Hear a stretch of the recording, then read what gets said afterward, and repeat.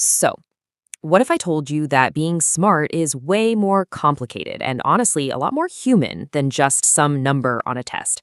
Today, we're going to take a journey, a deep dive, really, into the full spectrum of intelligence. We'll go from the foundational mind that literally builds our world to the visionary consciousness that completely redefines it. Let's get into it. It's a question we all think we have an answer to. Is it about getting a perfect score on an exam? Solving some crazy complex puzzle in like 2 seconds? Or is it something way deeper? A way of seeing and processing and just interacting with reality itself?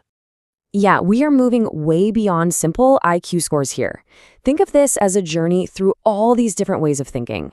We're going to explore how each level experiences the world, what it contributes, and the unique challenges it faces, from the most concrete all the way to the truly transcendent. Okay, so let's start at the beginning. This first part is all about the levels of intelligence that form the very bedrock of our society. These are the cognitive styles that help us navigate, maintain, and just plain function within the world as we know it. So at this foundational level of cognition, the world is often experienced most vividly through the senses.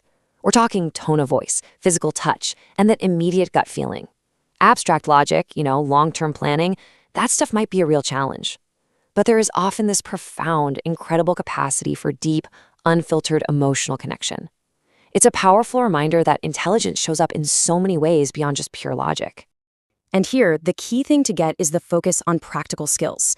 People at this level often absolutely excel with hands-on activities, clear routines, and tangible results. Their strengths can lie in this really powerful interpersonal intuition. Reading a room, understanding social dynamics. They just thrive in environments that value what they can do, their very real, concrete contributions.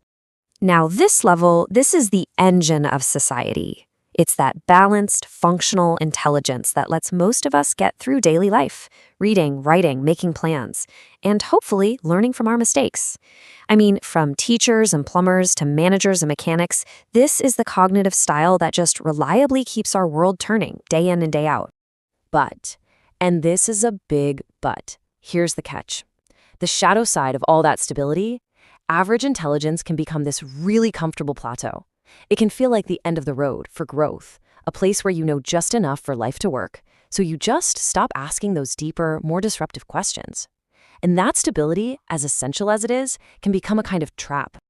So what happens when the mind takes a leap, a huge leap, beyond that stability?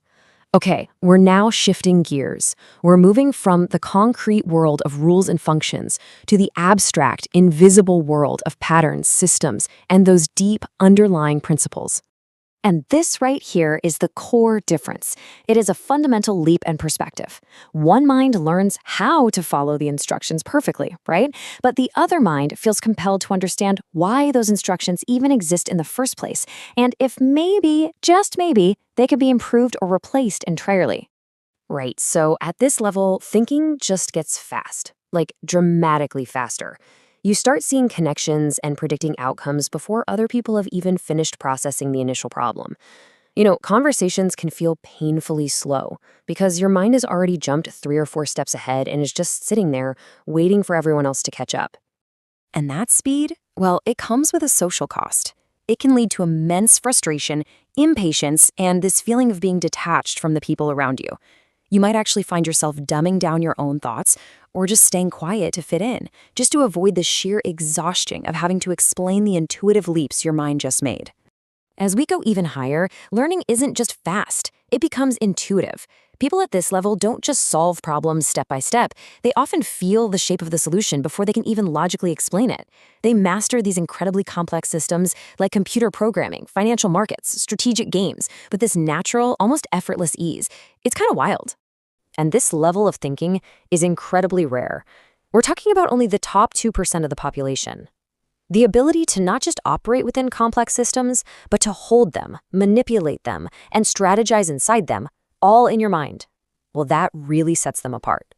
Now, it's so important to understand that gifted isn't just smarter. It's a completely different quality of thought. Gifted minds process the world with such originality that they don't just find the answer, they question the whole premise of the problem itself. They'll connect ideas from completely different subjects to create a solution that literally no one else even saw was possible. All right, For our final act, we're moving beyond just understanding the world as it is. We're now exploring the kinds of minds that have this rare power to fundamentally change it. This is so fascinating. Genius isn't about a brain that runs faster. It's a brain that runs sideways, with a totally different architecture. It doesn't just play the game better than anyone else, it takes the game apart, dismantles its foundational logic, and rebuilds it from the ground up. This is what causes those huge paradigm shifts in science, art, or philosophy. But that kind of profound insight often comes at a huge personal cost. Can you imagine thinking in a language that almost no one else speaks? This quote just perfectly captures that deep, often painful sense of isolation that can come with true genius. You see, brilliance can show up in different ways. While a genius goes incredibly deep, getting unparalleled mastery in one area, the polymath goes incredibly wide, finding and connecting the patterns across a ton of different domains. Think of someone like Leonardo da Vinci. A polymath just doesn't see rigid boundaries between subjects. Their endless curiosity drives them to find the universal patterns that connect everything, synthesizing knowledge from all these different fields, art, science, engineering, anatomy, into one unified, interconnected whole. And then you have the visionaries. They combine this expansive intelligence with incredible courage and foresight. They don't just master or synthesize the systems we already have, they see beyond them completely. They introduce concepts and technologies that seem impossible, right up until they change everything for everyone. And finally, we get to the very peak, transcendent intelligence. At this point, the focus of intelligence actually turns inward. It's no longer about finding answers within a system. It becomes a state of pure awareness that questions the system of reality itself. These minds often see through all the constructs, the ego, culture, society, and they question the very nature of thought and identity. This is intelligence serving a deeper, more fundamental truth. So, after this incredible journey through all these layers of the mind, where does that leave us? What have we really learned here? We've seen how intelligence operates on so many different levels, right? We started with the practical, functional mind that keeps society running, and we climbed all the way up to these visionary minds that are capable of literally redefining reality itself. And that brings us to our final question. After seeing all these different ways of being smart, is the goal really to climb some kind of ladder? Or is it maybe to better appreciate the vast and varied landscape of the human mind, recognizing the unique value and the profound beauty in every single part of it? Something to think about.